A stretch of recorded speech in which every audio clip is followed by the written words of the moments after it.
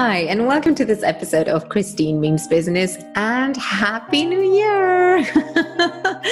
So today's episode is about 10 tips that I want to share with you today to rock your business in 2021, because 2020 was quite a shit show for all of us. So let's see what we can do in 2021 in order for you to have the best year yet, or at least a year that you can look back at with a fond smile instead of just a frown and, just a lot of frustration.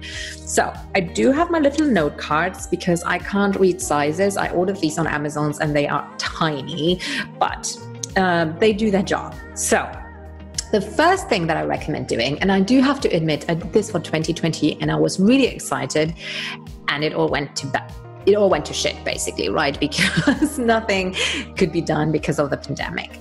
But I still am going to do this for 2021 because it will help you to start the year so much more relaxed and organized. And that is to get a huge wall planner for the whole year and actually to map out your year with business projects. So what that means is that, first of all, write down all the projects that you want to do in a year. And a project means it's a big thing, like a launch. It could be webinar series, it could be holding a retreat, things that will take a certain amount of time. So for example, if you want to design a course or publish a course, it would be course creation plus launch. That would take you at least a whole month, if not 6 weeks. So that is what a project is. And I personally really like to have 6 to 4 or 4 to 6 weeks per project to give me enough time. So you would write down your project and you schedule those throughout the year. Now, secondly, and this is even more important, schedule your personal free time in there, your breaks and your holidays. If you don't have it in your calendar, you are most likely not to do it. And I sometimes talk to people who haven't had a day off in years, and that is not healthy, my friend.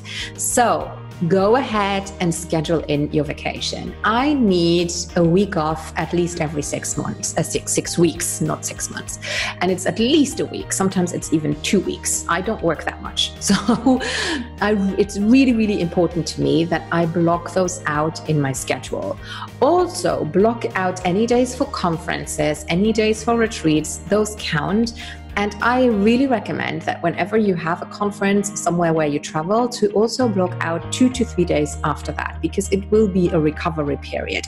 You will be buzzing with ideas. You will have so many projects that you want to do. So make sure you really block out enough of that time. And you would see that in a year, there's no way you're going to do more than 6 projects, pretty much.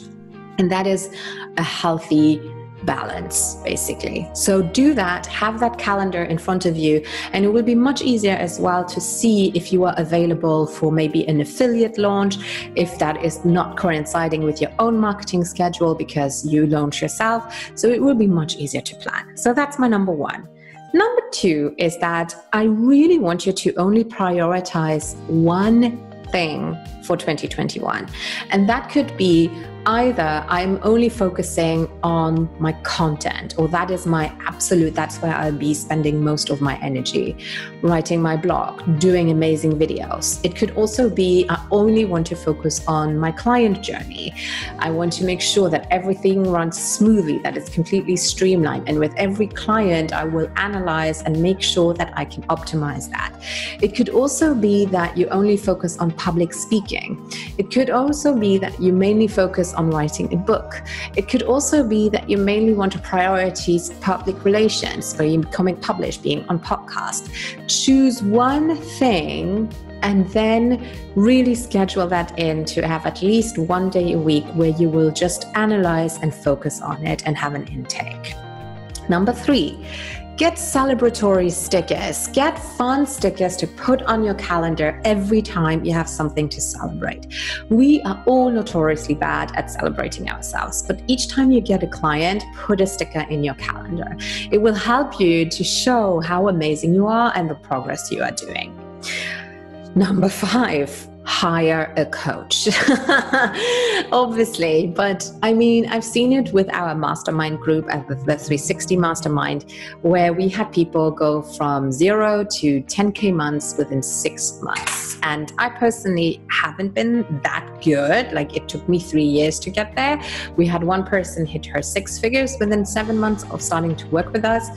And it's because she had coaches like Kendra and myself. But even if you have one coach, it just helps you to save so much time from trial and error. It gives you a shoulder to cry on. It gives you direction and focus, and it holds you accountable. Then, do not set unrealistic goals. I know that we love to say, I'm going to make that kind of amount of money, I'm going to get that many clients, and I'm really wanting to have you evaluate what those goals are actually based on. Are they based on other people's goals? Because that person has hit 7 figures, so you want to hit 7 figure too? Do you actually need to earn 7 figures, or is it just like a vanity thing in a way? Be brutally honest and do not set unrealistic goals, because it can get very, very frustrating.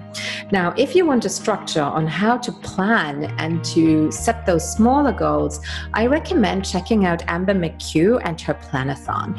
And basically what they do, they work in small sprints where you really, really work tough for a short amount of time, and then you have a mandatory week off, and you set your goals accordingly. And those are much more achievable, but yet will bring you much closer to your big internal goal later on. And it's not bad to have one bigger goal, but it's not a wise thing to put yourself under pressure before then.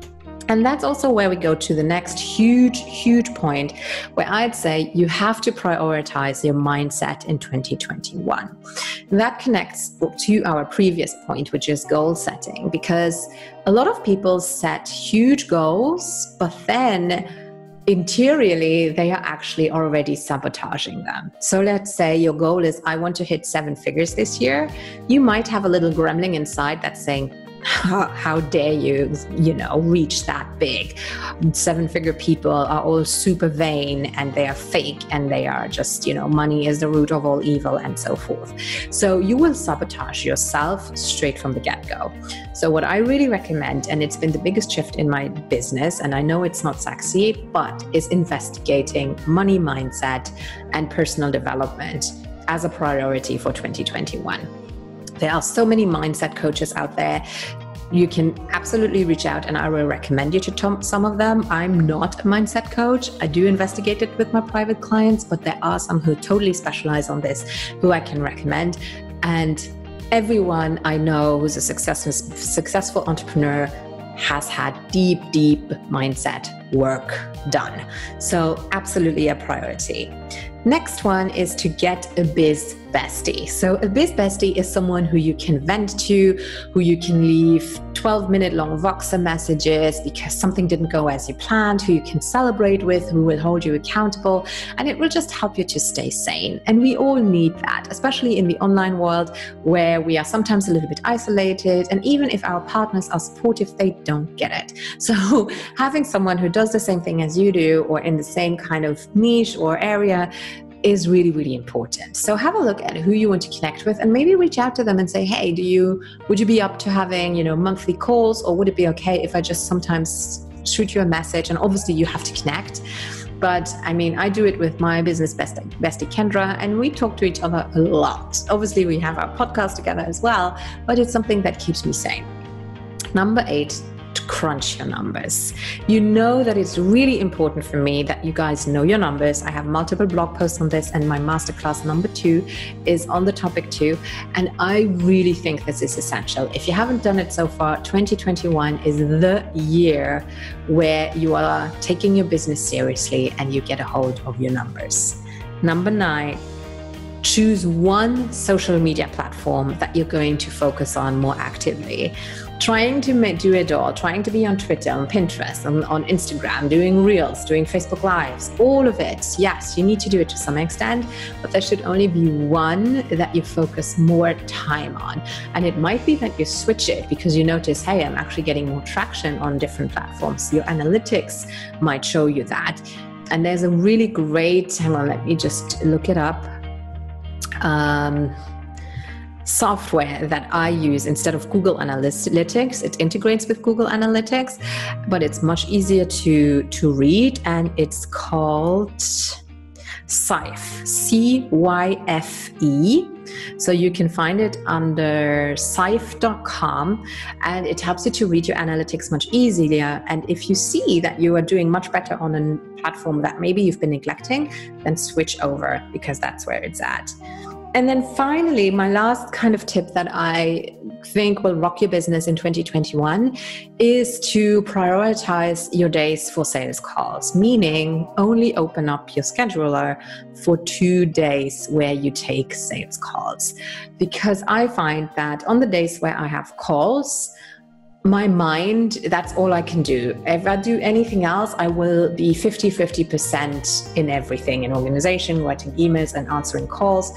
And having days where I'm on calls, I just want to look a little bit better. I want to be there. I want to be fully present for those people. So I only have sales calls or calls on Tuesdays and Thursdays. I also only have client calls on Tuesdays and on Thursdays. And on Mondays and on Wednesday, I work on my business. And on Friday, I have my day off. So have a look. And I really, really recommend that, because if you have sales call available on Monday, Tuesday, Wednesday, Thursday, and Friday, it's too much. So really prioritize them. It's also going to give people a little bit more of an emergency feeling, because they will see that your calendar is limited, which is always a good thing to have. So those are my top tips. Let me know which one you liked best. You can leave it in the comments. You can write me an email. You can leave me a message on social media. I'd love to hear from you. And if the point of hiring a coach struck to you and you're like, well, maybe I want to work with Christine, I'm only taking 6 people at a time, then please reach out and we can see how I can work with you best. I will talk to you very soon. Bye-bye for now.